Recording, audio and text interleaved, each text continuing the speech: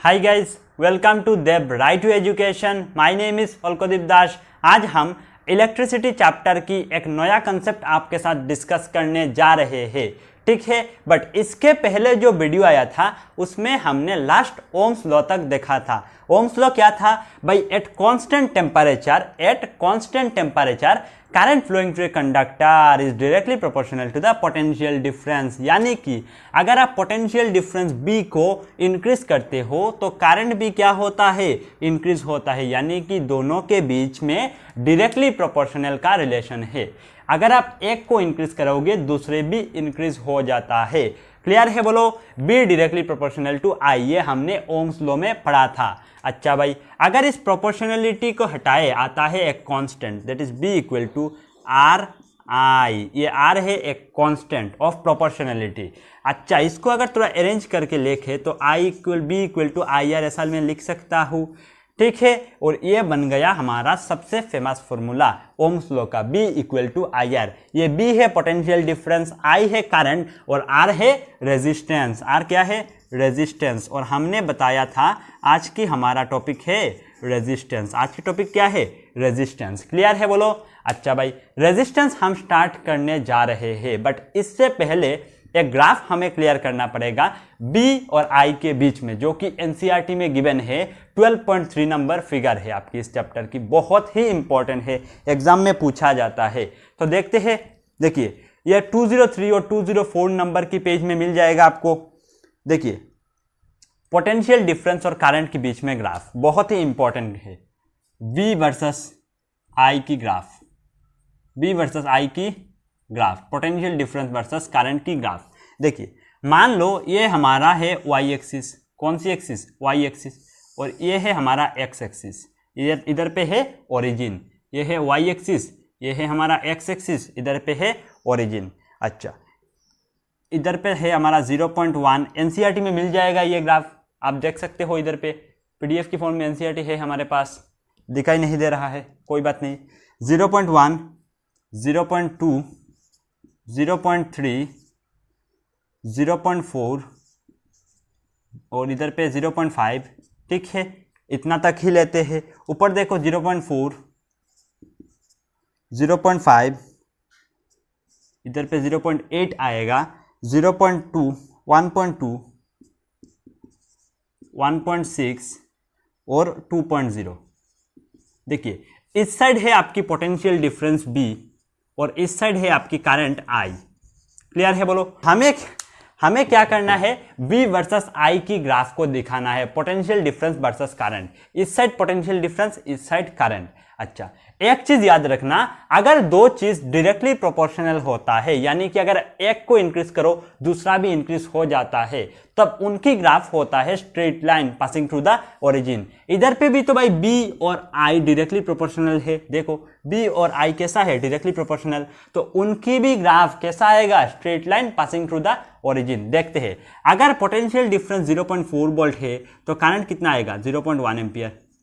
अगर 0.8 है तो आपकी जो करंट है वो है 0.2 एम्पियर। अगर पोटेंशियल डिफरेंस 1.2 वोल्ट है तो आपकी जो करंट है वो है 0.3 एम्पियर, ठीक है। ऐसा है। तो अगर आप इनको ऐड करोगे तो आपको एक ऐसा ग्राफ मिलेगा। इतना गंदा ग्राफ नहीं मिलेगा, ऐसा एक सीधा straight line passing through the origin मिलेगा। यानी कि ये एक स्ट्रेट लाइन होगा जो कि ओरिजिन से पास हो रहा है। भाई सीधा सीधा याद रखो कि B versus I graph straight line होता है passing through the origin, because B और I डायरेक्टली प्रोपोर्शनल होता है। अगर आप B को इंक्रीज कर रहे हो, I भी इंक्रीज होता जा रहा है। क्लियर है? बोलो। इस ग्राफ को याद रखना, B versus I graph straight line passing through the origin, straight line passing through the origin. ये एग्जाम में पूछा जाता है। Straight line passing through the origin graph आता है V वर्सेस I की। बोलो, क्लियर है? नोट कर लिया? इनको हटाया जाए। चलिए, अभी हम रेजिस्टेंस की टॉपिक को स्टार्ट कर सकते हैं। हटा देते हैं। रेजिस्टेंस को हम कैपिटल R से लिखते हैं और इसको ऐसा दिखाया जाता है। हालांकि ऐसा नहीं होता है रेजिस्टेंस, बट इसको ऐसा दिखाया जाता है रेजिस्टेंस को, ठीक है। अच्छा, रेजिस्टेंस होता क्या है? मन लगा के सुनना, रेजिस्टेंस कोई भी कंडक्टर की एक प्रॉपर्टी होता है। क्या होता है? एक प्रॉपर्टी होता है, जिस प्रॉपर्टी के वजह से ये कंडक्टर अपने थ्रू फ्लो ऑफ चार्ज की फ्लो को अपोज करता है। अगर ये चार्ज की फ्लो को अपोज कर रहा है, दैट मीन्स ये करंट को अपोज कर रहा है, तो आप कह सकते हो resistance is the property of any conductor, resistance is the property of any conductor due to which जिस प्रॉपर्टी के वजह से it opposes the flow of charge,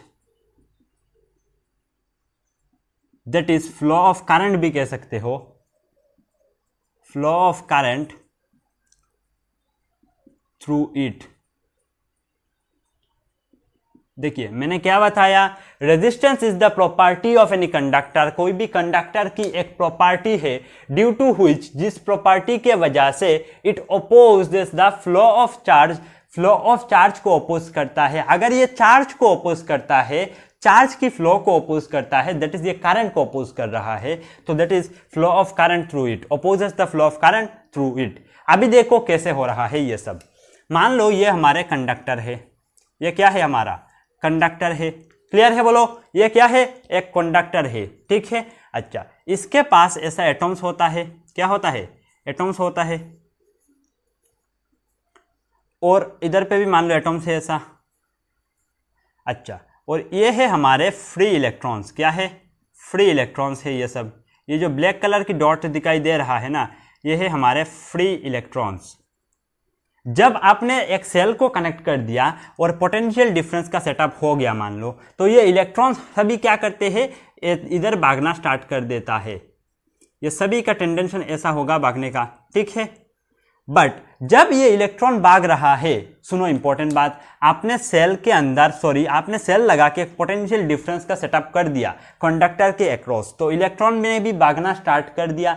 जब ये इलेक्ट्रॉन भाग रहा है तो देखिए एक दूसरे के साथ टक्कर खा रहा है, कोलिशन हो रहा है इनके बीच।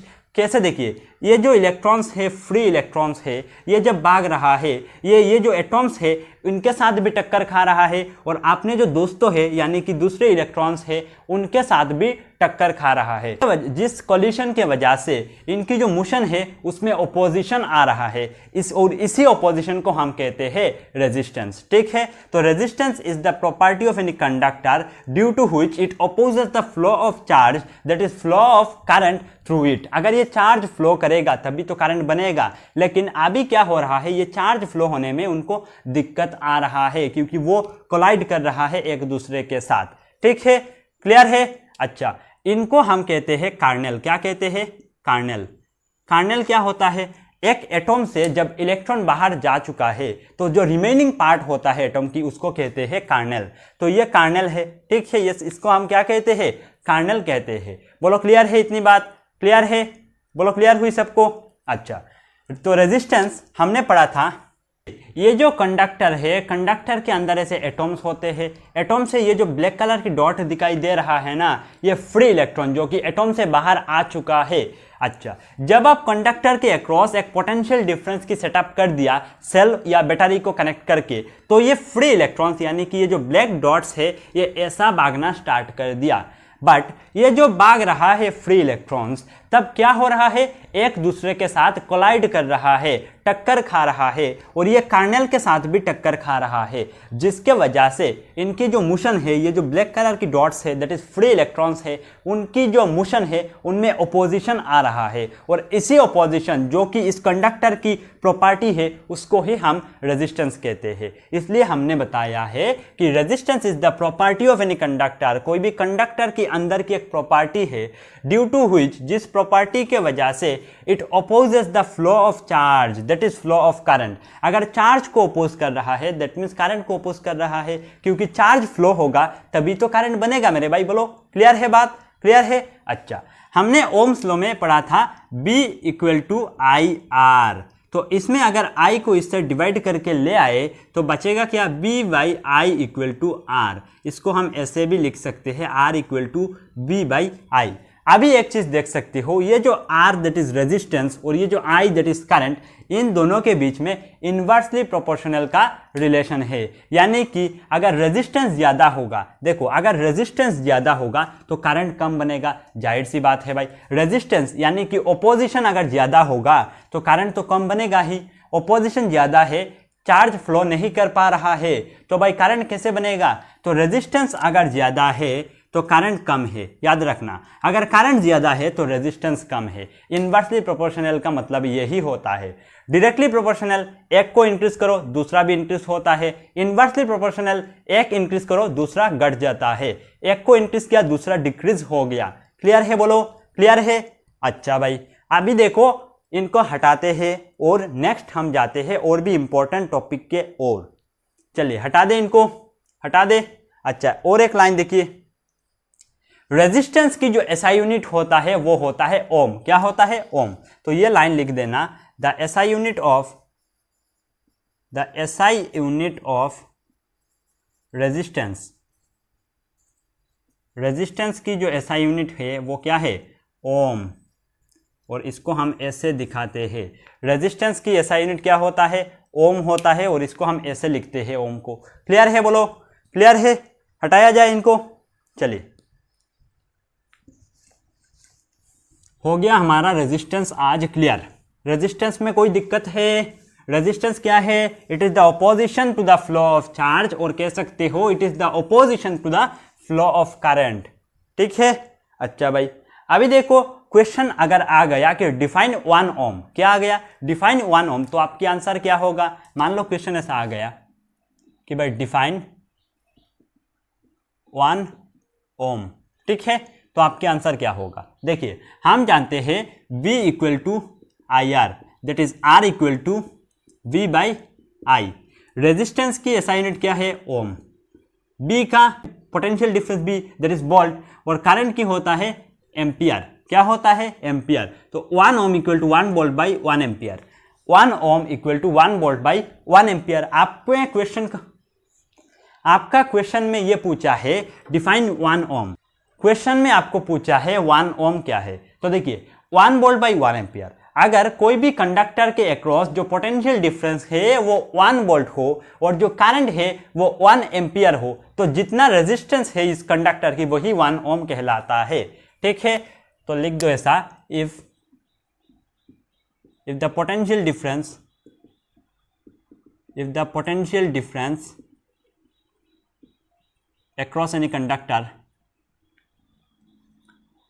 across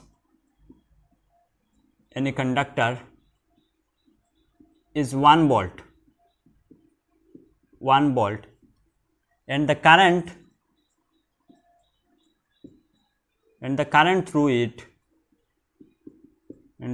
through it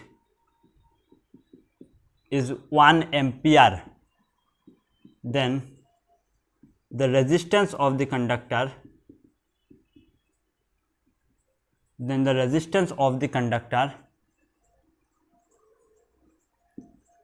is called 1 ohm। Then conductor की जो रेजिस्टेंस है उसको 1 ओम कहते हैं। अगर पोटेंशियल डिफरेंस 1 वोल्ट की हो और करंट हो कंडक्टर की अक्रॉस 1 एम्पियर, करंट इसके थ्रू 1 एम्पियर पास हो रहा है, तो जितना रेजिस्टेंस होगा इसी कंडक्टर का वही 1 ओम कहलाएगा। ठीक है, क्लियर है। डिफाइन 1 ओम हो गया।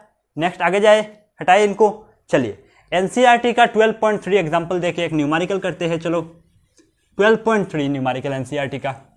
तो देखिए एनसीईआरटी का example number 12.3, example number 12.3 NCERT का इंपॉर्टेंट एग्जाम्पल है ये।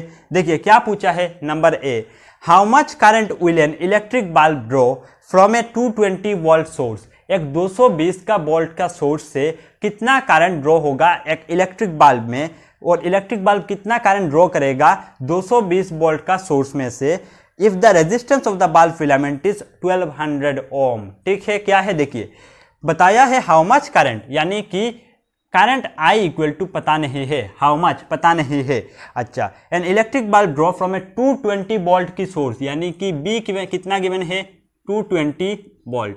अच्छा, resistance of the bulb filament is 1200 ओम, यानी कि आर गिवन है 1200 ओम। ये आपकी गिवन क्वांटिटी है, ये आपकी गिवन क्वांटिटीज है, ठीक है। आई पता नहीं है, बी पता है, आर पता है। तो आई आप आसानी से पता कर सकते हो from Ohm's law. From Ohm's law हम क्या जानते हैं, B equal to I R. क्या ये जानते हैं, B equal to I R. I को पता करना है तो I इक्वल टू आएगा B बाई आर, ये R इससे डिवाइड होके जाएगा, बोलो क्लियर है। अच्छा भाई, B का वैल्यू कितना गिवन है 220, R की वैल्यू कितना है 1200, 0 से 0 मरा, बचा 222 बाई 120। इसको अगर डिवाइड करें तो आपको आएगा 0.18। तो आई की वैल्यू आया 0.18, गलत है, 0.18 एम्पियर सही बात, ठीक है। आई कितना आया 0.18 एम्पियर। बी है, ये है ए वाला पार्ट, ये है ए पार्ट, और जो बी पार्ट है वो क्या है। बी पार्ट में आपको क्या पूछा है, देखिए, how much current will an electric heater coil draw. अभी एक इलेक्ट्रिक हीटर कॉइल कितना करंट ड्रॉ करेगा from A 220 volt source same है 220 वोल्ट का, if the resistance of the heater coil is 100 ओम। यानी कि केस 2 में भी आपके पास आई पता नहीं है, बी गिवन है 220 वोल्ट, और आपकी जो आर है वो है 100 ओम। देखिए हम कैसे पता करते हैं, ओम यानी कि रेजिस्टेंस, तो आर होगा 100 ओम, बी यानी कि volt, that is potential difference 220 volt, और आई हमें पता नहीं है। तो आप फिर से लगाओ ये formula, B equal to I R. देखिए B equal to I R फिर से लगाते हैं, I इक्वल टू आएगा B बाई आर। B का वैल्यू आपको कितना पता है 220, R कितना पता है 100, 0 से 0 मरा, इधर पे कितना बचेगा, देखिए 10 से अगर 22 को अगर डिवाइड करें तो आपको बचेगा 2.2 एम्पियर, 2.2 एम्पियर। तो I की वैल्यू कितना आया 2.2 एम्पियर, बोलो क्लियर है। I इक्वल टू कितना आया 2.2 एम्पियर। अभी देखिए एग्जाम्पल नंबर 12.4, इसका हटाया जाए। चलिए एग्जाम्पल देखते हैं 12.4। अभी देखो एग्जाम्पल नंबर 12.4 क्या पूछा है। 12.4 हमसे पूछा है the potential difference between the terminal of an electric heater. एक इलेक्ट्रिक हीटर की जो दो टर्मिनल है उनके बीच में पोटेंशियल डिफरेंस, मान लो ये है इलेक्ट्रिक हीटर है, इसका जो दो टर्मिनल है इनके बीच में पोटेंशियल डिफरेंस कितना है 220 वोल्ट, शायद ऐसा कुछ गिवन है। टर्मिनल ऑफ इलेक्ट्रिक, सॉरी 220 नहीं, ये है 60 वोल्ट, 60 वोल्ट गिवन है, ठीक है। पोटेंशियल डिफरेंस कितना गिवन है 60 वोल्ट।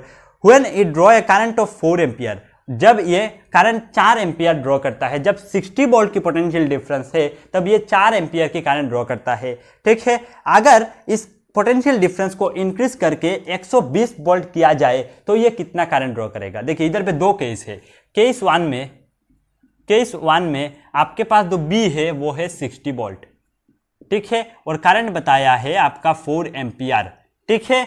और जो केस 2 है आपके पास, उसमें बताया है अगर इस बी को इंक्रीज करके 120 वोल्ट किया जाए, ठीक है, और क्या बताया है 120 वोल्ट किया जाए तो आपका जो करंट होगा वो कितना होगा। अगर बी को 120 वोल्ट इंक्रीज किया जाए, इस 60 से बढ़ा के 120 किया जाए तो करंट कितना होगा वो आपको पहले निकालना है, ठीक है। इधर पे हमें क्या निकालना है, करंट को निकालना है, पता है सिर्फ बी, पता है सिर्फ बी, और निकालना क्या है I. B equal to I R हमें पता है, बी तो इधर पे क्वेश्चन पे गिवन है, आई हमें निकालना है और आर भी पता नहीं है। तो पहले आपका आर पता होना चाहिए। आर कैसे पता करें, इसमें से देखिए B equal to I R लगाया, इधर पे आएगा आर इक्वल टू बी बटे आई। बी का वैल्यू है 60 और आई का वैल्यू है 4, 4 15 जा 60, तो आपकी आर कितना आया, आर आया 15 खत्म है क्या, नहीं 15 ओम। आर की वैल्यू कितना आया 15 ओम। अभी आप इधर पे जाओ, देखिए आर पता चल गया 15 ओम। आर को पता करने के लिए ही ये दिया था, ये वाला केस दिया था, सिर्फ आर को फाइंड करने के लिए। तो आर आपने पता कर लिया 15 ओम। अभी जाओ इसमें B equal to I R, देखिए आपको पता करना है आई, तो आई इक्वल टू आएगा बी बाई आर। बी का वैल्यू कितना है 120, आर की वैल्यू कितना है 15, अभी आपने निकाला था 8 15 या 120। आई कितना रहा है 8 एम्पियर, बोलो क्लियर है, क्लियर हो गया बात। तो एग्जाम्पल नंबर 12.4 तक हमने सॉल्व कर लिया है। आई होप आपको कोई भी प्रॉब्लम नहीं है। अगर कोई भी प्रॉब्लम, थोड़ा सा प्रॉब्लम भी आता है, आप नीचे कमेंट कर सकते हो, तो मैं जरूर इसका आंसर आपको दूंगा। 12.5 जो एग्जाम्पल है वो हम नेक्स्ट वीडियो से स्टार्ट करेंगे, क्योंकि 12.5, 12.6 करने के लिए हमें रेजिस्टिविटी टॉपिक को कवर करना पड़ेगा। तो नेक्स्ट वीडियो में हम रेजिस्टिविटी टॉपिक को स्टार्ट कर देंगे। ठीक है, तब तक के लिए बाय बाय।